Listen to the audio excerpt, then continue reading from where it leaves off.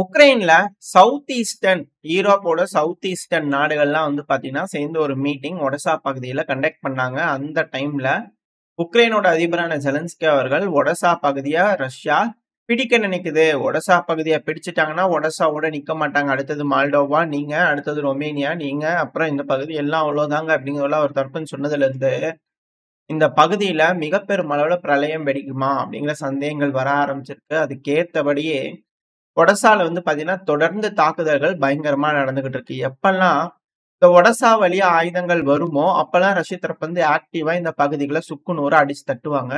நம்ம வாடிக்கையா பார்த்துட்டு இருக்கக்கூடிய விஷயம் தான். ஒடசால எல்லா நேரமும் அடிக்க மாட்டாங்க. ஒரு வேள அங்க மூவ்மெண்ட்ஸ் ஹெவியா இருக்கு. ஏதோ ஒரு சந்தேகம் இருந்தா தான் அங்க இருக்கக்கூடிய வேர் ஹவுஸ்லாம் அடிப்பாங்க. இப்ப திரும்பவும் அதே போல ஒரு வேர் ஹவுஸ் அடிச்சிருக்காங்க. மிக பெரும் அளவுல மக்கள் வாழும் பகுதியில தாக்குதல் பண்ணிட்டாங்கன்னு உக்ரைன் தரப்புன்னு சொல்லிக்கிறாங்க. ஆனா ரஷ்யாவ பொறுத்தவரைக்கும் அது ஒரு வேர் ஹவுஸ்ங்க அப்படின்னு அவங்க தரப்புன்னு சொல்லிக்கிறாங்க. பார்க்கும்போது தெரியுது அது ஒரு வேர் ஹவுஸ் தான். என்ன வேர் ஹவுஸ் அப்டின்னா, ஏன் இங்க எப்படி வரும் அப்டின்னா, படகுகள் கொண்டு வர இந்த கண்டெய்னர்ல கொண்டு வரது வேற. பட் ஆனா ரொமேனியா வழியா, மால்டோவா வழியா வந்து பார்த்தீங்கன்னா, ஒடசா பகுதியில அதிக அளவுல ஆயுதங்கள் வரும். இந்த ஒடசா வழியா வருது அப்டின்னா, ஈஸியா சப்ளை லைன் வந்து பார்த்தீங்கன்னா, கெர்சனுக்கு வரும். 2வது டின்ப்ரோபெட்ரோவ்ஸ்க் பகுதியில போச்சுன்னா, அந்த பகுதியில இருக்கக்கூடிய இந்த டொனஸ்க், ஜாப்ரோசியா இந்த பகுதியெல்லாம் டிஃபெண்ட் பண்றதுக்கு சப்ளை லைன் வந்து பார்த்தீங்கன்னா இது. போலாண்ட்ல இருந்து வரக்கூடிய சப்ளை லைன் வந்து பார்த்தீங்கன்னா டொனஸ்க், கர்கிவ், சுமி. ஸோ அந்த பகுதியில இருக்கக்கூடிய இதுக்கு அந்த வழியா சப்ளை லைன் இருக்கு. ஸோ இப்போதைக்கு 2 சப்ளை லைன் ஆக்டிவா இருக்கு. ஹங்கேரி விடமாட்டேன்ட்டாங்க. ஸ்லோவாக்கியா விடமாட்டேன்ட்டாங்க. ஸோ இப்போதைக்கு இதுதான் இங்க இருக்கக்கூடிய கான்செப்ட். ஸோ இந்த நாடுகள் வழியா வருது அப்டின்னா, அதிக அளவுல ஆயுதங்கள் மேபி ஒடசால இருக்கலாம். ஸோ அதனால ரஷ்ய தரப்பு வந்து தாக்குதல் பண்றாங்க. ஆனா, இந்த பகுதியில தான் வந்து பார்த்தீங்கன்னா, உலகத்தோட பல நாடுகள், உலகம்ன்ற பாருங்க, யூரோப்பியன் யூனியன் இருக்கக்கூடிய இந்த சவுத் ஈஸ்டர்ன் நாடுகள் வந்து பார்த்தீங்கன்னா பார்ட்டிசிபேட் பண்றாங்க. மான்டெனிகிரோ, கிரீஸு, அ ரொமேனியா, மால்டோவா, செர்பியா. ஸோ இது போல நாடுகள்லாம் வந்து பார்த்தீங்கன்னா பார்ட்டிசிபேட் பண்ணியிருந்தாங்க. இதுல செர்பியாவோட ஊகிக் அவர்கள் வந்திருந்தார்.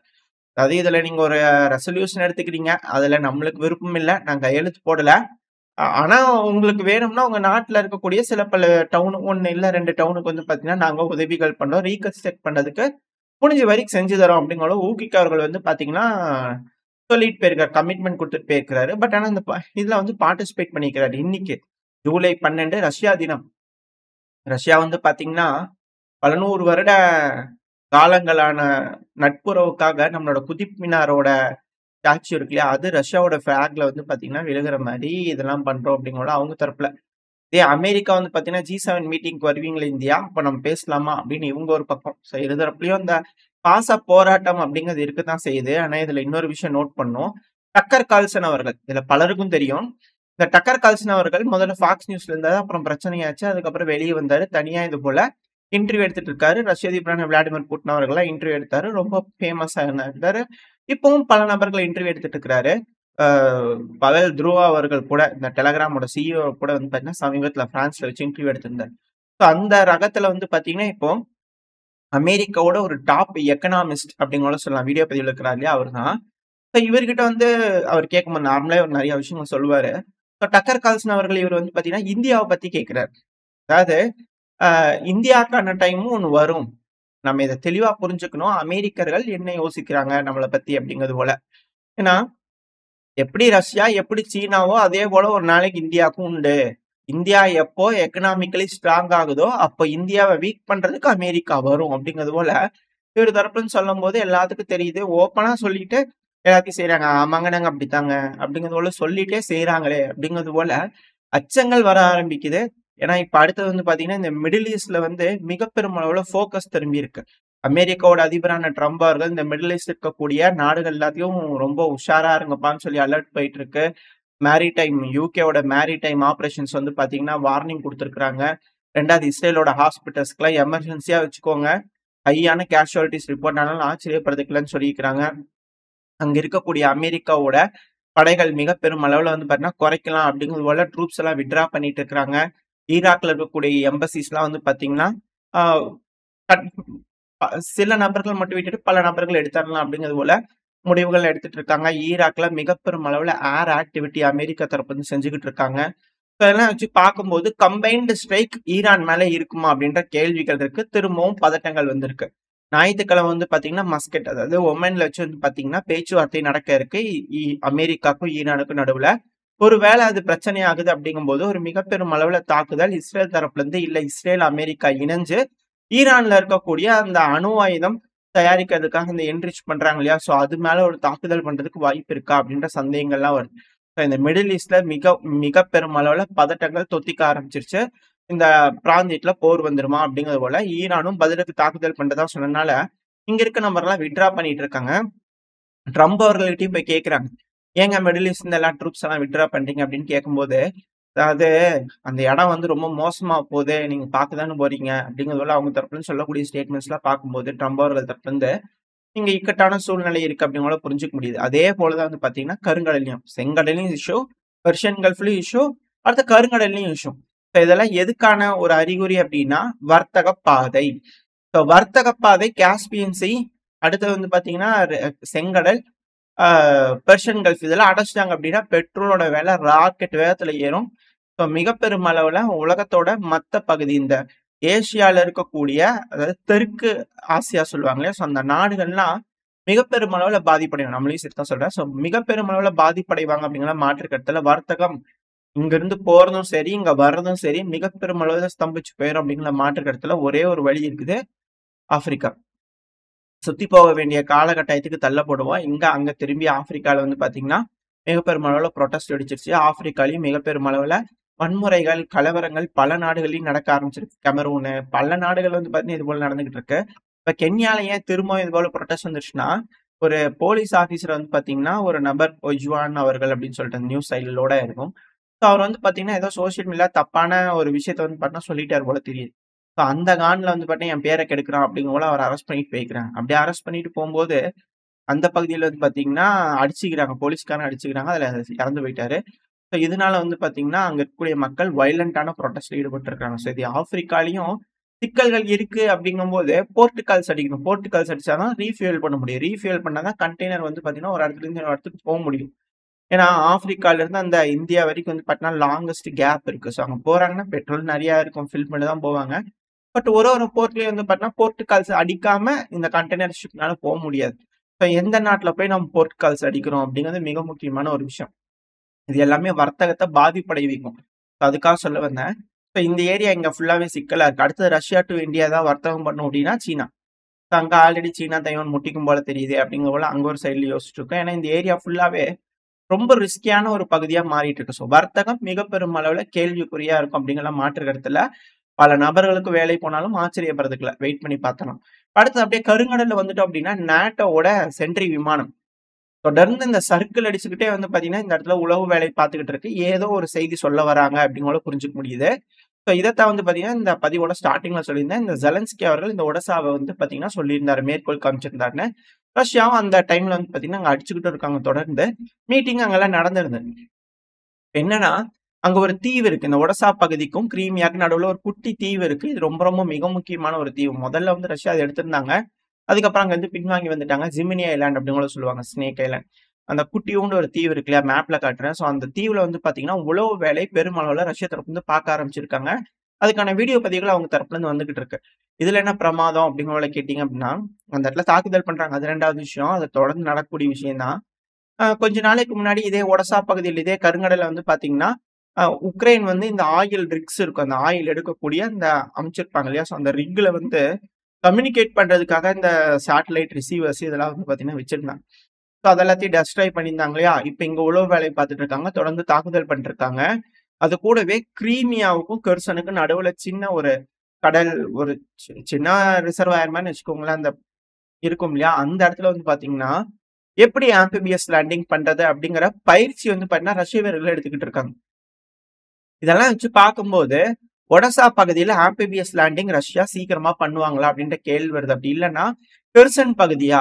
இல்ல மிக்கலேவ் பகுதியா? ஏன்னா இப்போதைக்கு ஒடசா பகுதியில பிராக்டிகலா ஒரு டீம் போய் ஆம்பிபியஸ் லேண்டிங் பண்றாங்க அப்படின்னா, மிக பெரும் சேதம் சந்திப்பாங்க. அது ஒரு சூசைட் அட்டாக். ஏன்னா அந்த அளவுக்கான கண்ணி வெடிகள் வந்து பாத்தீங்கன்னா, அந்த இடத்துல குமிச்சு வச்சிருக்காங்க. 2 நாளைக்கு முன்னாடின்னு நெனைக்கிறேன். ஒடசா பகுதியில மக்கள் வந்து பாத்தீங்கன்னா, இந்த பீச்ல விளையாடிட்டு இருக்கும்போது கண்ணி வெடி வந்து பாத்தீங்கன்னா, கரைக்கு வந்துருச்சு. அது என்னன்னு தெரியாம அது பக்கத்துல போயிருக்காம வெடிச்சிருச்சு. இது போல வேலைகள் அங்க நடந்துகிட்டு இருக்கு. கண்ணி வெடிகள் அங்க அதிக அளவுல போட்டு வச்சிருக்காங்க. அது சிவிலியன்ஸ்க்கே சில நேரங்கள்ல ஆபத்தா மாறிடுது. அந்த செய்தி இதுன்னு அட்டாச் பண்றேன். இமேஜஸ் தான் ஷேர் ஆயிட்டு இருந்தது. அது பார்க்க கொஞ்சம் இதா இருந்தது. YouTubeல காட்ட முடியாது. ஸோ அதனால தான். அந்த டைம்ல நான் அத சொல்லல. பட் ஆனா இது போல வந்து பார்த்தீங்கன்னா, கருங்கடல்ல மிக பெரும் அளவுல ஆபத்துகள் இருக்கு. கண்ணி வெடி ஆனா அலை அடிக்கும்போது ஒரு இடத்துல போட்டு வச்சுக்கிறது அங்கேயே இருக்காது. சில நேரங்கள்ல கடைக்கு பக்கத்துல போட்டு வைக்கும்போது கரையோதுங்கிறது அதிக அளவுல நடக்கிறதுக்கு வாய்ப்புகள் அதிகம். ஸோ அதுதான் இது போல விஷயங்கள் இருக்கு. ஸோ ரஷ்யா இது போல ஒரு பண்றாங்கன்னா, எந்த மாதிரியான ஆப்பரேஷன் பண்ணுவாங்க அப்படின்ற கேள்விகள் வருது.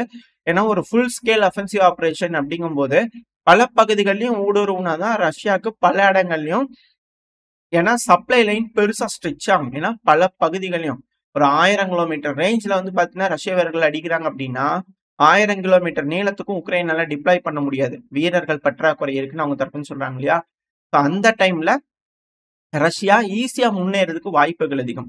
ஸோ எந்தெந்த பகுதிகள்ல, எந்தெந்த இடத்துலலாம் தாக்குதல் பண்றாங்க அப்படிங்கிறத வெயிட் பண்ணி பார்த்தரலாம். இப்ப கூட வந்து பார்த்தீங்கன்னா, கர்கிவ் பகுதியில துருவாச்னா அப்படின்னு மிக முக்கியமான ஒரு பகுதி.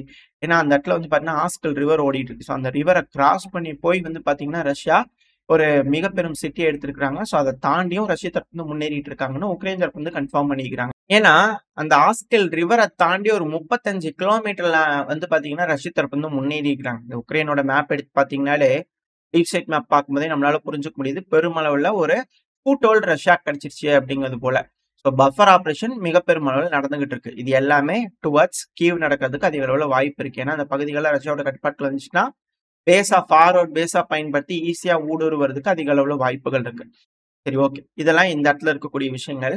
இப்போ உக்ரைனுக்கு வந்து பார்த்தீங்கன்னா, பல நாட்டு தலைவர்கள் வந்திருக்காங்க இல்லையா? இல்ல சொல்லாம கொள்ளாம, "ஏன்பா எடுப்பா வண்டிய போலாம் ஒரு எட்டு போய் கீவ் பார்த்துட்டு வரலாம்" அப்படிங்கிற சொல்லாம வந்து பார்த்தீங்கன்னா, ஜெர்மனோட டிஃபென்ஸ் மினிஸ்டர் போரிஸ் பிஸ்டோரியஸ் அவர்கள் வந்து பார்த்தீங்கன்னா, வருகை தந்திருக்கிறாரு. அந்த இடத்துக்கு வந்திருக்கிறாரு. 3 வருஷத்துக்கு வந்து பார்த்தீங்கன்னா, ஐரிஸ்-டி டிஃபென்ஸ் சிஸ்டம் குடுக்குறாங்க. எந்த ஒரு இதுவும் இல்ல. ஆனா மன்னிச்சிருங்க. இந்த டாரஸ் மிசைல் மட்டும் கேட்காதீங்க. அப்படிங்கிறனால அவங்க தரப்புல இருந்து டைரக்ட்டா வந்து உக்ரைன்லயே வந்து பார்த்தீங்கன்னா, மீடியா முன்னாலயே ஓப்பனா சொல்லிட்டு போயிட்டாரு. இப்ப என்ன பண்றது? அப்படிங்கிற ஒரு கேள்விகள் இருக்கு இல்லையா? ஜெர்மனி டைரக்ட்டா இழுத்து விட முடியலையா? அப்படிங்கிற ஒரு கேள்விகள் வருது. இது குடுப்பீங்களா? மாட்டீங்களா? அப்படிங்கிற கேள்விகள் இப்ப வரைக்கும் இழுத்துக்கிட்டே இருக்கு. அது மட்டும் இல்லாம, புட்டின் அவர்கள் வந்து பார்த்தீங்கன்னா, இந்த நேட்டோ நாடுகள்லாம் ரெடியா இருக்கீங்களா? இல்லையான்றத டெஸ்ட் பண்றதுக்கு ரெடியா இருக்கிறாங்க. நீங்களே யோசிச்சு பாருங்களேன்.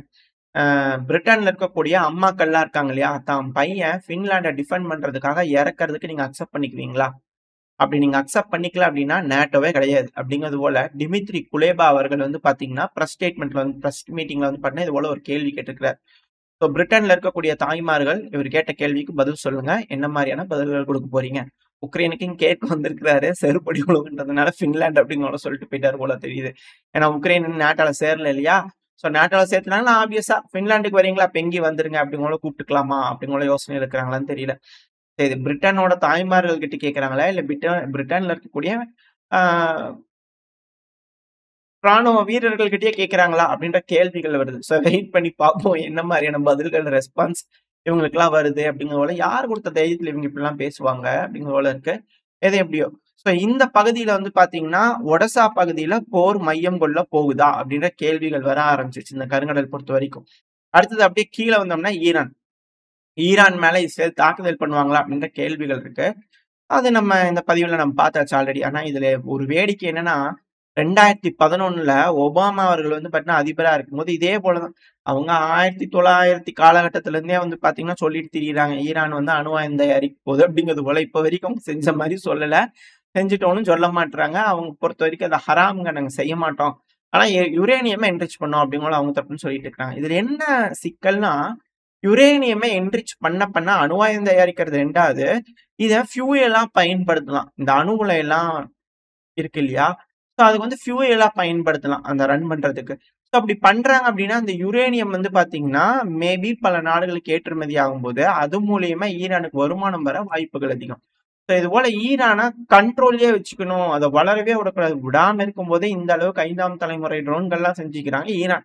பெருமளவுல ரெடியாகி வச்சிருக்கிறாங்க. அது சாகி ட்ரோன்கள்லாம் இப்ப வரைக்கும் பேசுபொருளா இருக்கு. ரஷ்யா, உக்ரைன் பிரச்சனையில எந்த அளவுக்கு இருக்குன்னு சொல்லிட்டு. இப்ப இப்படி இருக்கக்கூடிய ஒரு டைம்லயே இவங்க இந்த அளவுக்கு வளர்றாங்களே, இவங்கள எக்கனாமிக்கலி கட்டவிழ்த்து விட்டோம்னா எந்த அளவுக்கு வளருவாங்க அப்படிங்கிற பயங்கள் அவங்களுக்கு இருக்கத்தானே செய்யும். ஸோ அதனால மேபி இப்ப ஒரு தாக்குதல் பண்ணுவாங்களா அப்படின்ற கேள்விகள் இருக்கு. ஆனா 2011ல இதே ட்ரம்ப் அவர்கள் குற்றம் சாட்டியிருந்தார் ஒபாமா அவர்கள. நம்மளோட அதிபர் வந்து பண்ண ஈரான் மேல போர் தொடுக்கிறதுக்கு ட்ரை பண்றாங்க. அது செய்யக்கூடாது முட்டாள்தனம் அப்படிங்கிற சொன்னாரு. ஆனா இவர் அதிபராகும்போது இவரு வந்து பார்த்தீங்கன்னா, ஈரானுக்கு எகெயின்ஸ்டா போர் வருமா? அப்படிங்கிறது போல பேசிட்டு இருக்கிறாங்க இல்லையா? என்னங்க இது ஆட்சி ஆளும்போது ஒரு மாரி பேசுறீங்க. ஆட்சி விட்டு கீழ இறங்கிட்டீங்கன்னா ஒரு மாரி பேசுறீங்களே! போன பதிவுல இதைய ஜெர்மனோட தற்போதைய சான்சலர், முன்னாள் சான்சலர் ஓலாஃப் ஸ்கோல்ஸ் அவர்களோட நிலைப்பாடுகள பார்க்கணும். இப்போ ட்ரம்ப் அவர்களோட நிலைப்பாடு எப்படி இருக்குது? அப்படிங்கிற கேள்விகள் வருது. எது எப்படியோ. ஸோ இதெல்லாம் இங்க நடக்கக்கூடிய விஷயங்கள். ஸோ இதனால மிக பெருமளவுல பல நாடுகளும் வர்த்தக ரீதியா பாதிப்படைவாங்க அப்படிங்கிறதுல மாற்று கருத்து இல்ல. இப்ப இப்படி இருக்கும்போது நம்ம நாட்டுல ஒரு அசம்பாவிதம் நடந்திருக்கு. அதாவது ஏர் இந்தியா விமானம் வந்து பாத்தீங்கன்னா, டேக் ஆஃப் ஆன உடனே வந்து பாத்தீங்கன்னா, நேரா அது பக்கத்துல இருக்கக்கூடிய மக்கள் வாழும் குடியிருப்பு பகுதியில போய் விழுந்துருச்சு. விழுந்து வெடிச்சிருக்கு. Passenger flight. அதுவும் ஹாஸ்பிட்டலோட ஒரு ஹாஸ்டல்ல வந்து பாத்தீங்கன்னா, அந்த விமானம் போய் சொருகி இருந்திருக்கு. இதனால இழப்புகள் அதிக அளவுல இருக்கு. 240க்கும் மேற்பட்ட பேசஞ்சர்ஸ் வந்து பாத்தீங்கன்னா, அதுல பயணம் செஞ்சிருக்காங்க. அதிக எண்ணிக்கையில வந்து பாத்தீங்கன்னா, பேசஞ்சர்ஸ் உயிரிழந்திருக்காங்க அப்படிங்கிற செய்திகள் வர ஆரம்பிச்சிருக்கு. அது ரொம்ப ரொம்ப வருந்தத்தக்க விஷயம். பேர்ட் ஸ்ட்ரைக்கா இருக்குமா? அப்படிங்கிற ஒரு யூகத்துலலாம் வந்து பார்த்தீங்கன்னா பார்த்துக்கிட்டு இருக்காங்க. பட் ஆனா ஏதோ ஒரு கோளாறு இருக்கு. இந்த போயிங் விமானம் பல நாடுகள்லயும் வந்து பார்த்தீங்கன்னா, இது போல தெ விபத்துக்கு உள்ளாயிட்டு இருக்கு அப்படிங்கிறதுல மாற்று கருத்து இல்ல. ஸோ ஏதோ ஒரு பிரச்சனை போயிங்ல இருக்கு அப்படிங்கிறது மட்டும் புரிஞ்சுக்க முடியுது. அதுவும் இன்னைக்கு ரஷ்யால ஒரு நேஷனல் டே. இப்ப வந்து பார்த்தீங்கன்னா, இப்ப இந்தியால இது போல ஒரு அசம்பாவிதம் நடந்திருக்கு. அது மட்டும் இல்லாம, இதுல 11 சீட் நம்பர் 11ல இருந்தவர் மட்டும் வந்து பார்த்தீங்கன்னா, உயிர் பிழைச்சிருக்காரு. சிறு காயங்கள் தான் அப்படிங்கூட சொல்லப்பட்டது. சில நபர்கள் வந்து பார்த்தீங்கன்னா, உயிரோட இருக்கிறாங்க. இந்த ஹாஸ்பிட்டல்ல இருக்கிறவங்க இவங்களெல்லாம் ரெடி பண்ணி இவாக்குவேட் பண்ணும் பணியில நம்மளோட ராணுவ வீரர்கள் இறங்கியிருக்காங்க அப்படிங்கிற செய்திகள்லாம் வந்துகிட்டு இருக்கு. ஒரு அசம்பாவிதமான ஒரு விஷயம். அதுவும் அகமதாபாத்ல இருந்து யுகேக்கு போக வேண்டிய ஒரு விமானம் இது. ஸோ அந்த விமானம் டேக் ஆஃப் ஆன உடனே கிராஷ் ஆயிருச்சு. என்ன காரணம்? அப்படின்ற கேள்விகள் வருது. அடுத்தடுத்த பதிவுல ஏதாவது ரீசன்ஸ் வந்துச்சுன்னா பார்க்க ஆரம்பிக்கலாம். ஓரளவுக்கான தகவல்கள் இந்த பதிவுல பார்த்திருப்போம்னு நினைக்கிறேன். இதோட இந்த பதிவு நான் முடிச்சுக்கலாம். இந்த பதிவு எப்படி இருந்துச்சு? உங்களுக்கு பிடிச்சிருக்கா? பிடிச்சுனா லைக் பண்ணிட்டு உங்க ஃப்ரெண்ட்ஸ் அண்ட் மெம்பரோட ஷேர் பண்ணிக்கோங்க. அது கூடவே மறக்காம இந்த பதிவு பத்தி உங்களோட கருத்துக்கள கமெண்ட் செக்ஷன்ல சொல்லுங்க. இந்த பதிவு நல்லா இருக்கும்னு நம்பிக்கையில அடுத்த பதிவுல உங்கள சந்திக்கிறேன். அது வரைக்கும் ஸ்டே சேஃப். பை.